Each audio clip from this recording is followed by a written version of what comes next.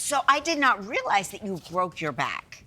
Yes, yeah, many years ago, whilst I was serving in the military, I had a free-fall accident where, I broke my back in. Did the in chute 3 open? places. It did, yeah, but it just malfunctioned a little bit, and I was coming down spiraling very fast, smashed into the desert in Africa, and ended up spending many months in military rehab back in the UK. Wow. But Did you know your back was broken instantly? Like, Yeah, I knew something. Yeah. Yeah. I mean, I'm that assuming was when you're like- spiraling downward, you're thinking this is not going to end well. Yeah, in fact, I remember eventually reaching this African hospital and this doctor then being stuck in this wheelchair and a big syringe whack in the back.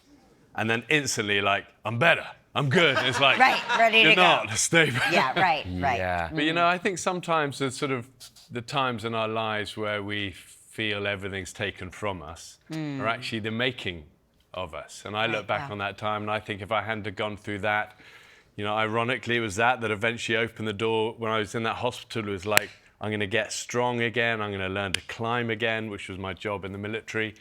And, gave me the fire to try and make a dream of Everest that had been a dream since I was a little kid with my dad, to make it a reality. And that then opened the door eventually to TV. And so, those dark times are often the key, aren't they? Yeah. You were 23 years old when you climbed Mount Everest. Were you the youngest to ever do it? I was the youngest Briton at the time. Yeah, okay, got it. Wow, Yeah, that's but that was, incredible. like I said, been a huge dream of mine from a young age. How long did that take you? I think we were 65 days on the mountain. Yeah. Wow. You ready to get off by the time those 65 days come up? Yeah, I mean, it's a long time to live in small tents in close quarters like that. And we had 4 climbers lose their lives up there. 2 died of the cold, 2 fell.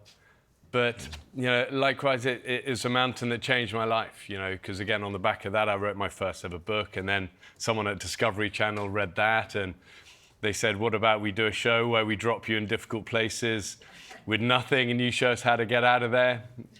We were young, I was just got married, 25, and we were like, I didn't know anything about TV. Right. And it was like, okay. Sounds good. Was that the scariest part, the TV part? I think so. And actually, to be honest, we still have the same camera teams. I mean, we're just launching Incredible. season 9 of Running Wild tomorrow. Wow, We pretty wow. well have the same team from the beginning. They've learnt. I actually get really anxious on camera. I don't really kind of enjoy filming. So they've learned. They always put gaffer tape, black masking tape over the red blinking. I see all the red things now. For me, these red lights are terrible. Here's the tape, everyone. Get the tape. Get the tape, Gelman. They never hold. Yeah, that's scary. That's smart. That's smart. They never hold it like that. They hold it like that, and it's like, are we forget about ready? it. Like, well, let's go. And off we go for 2 days.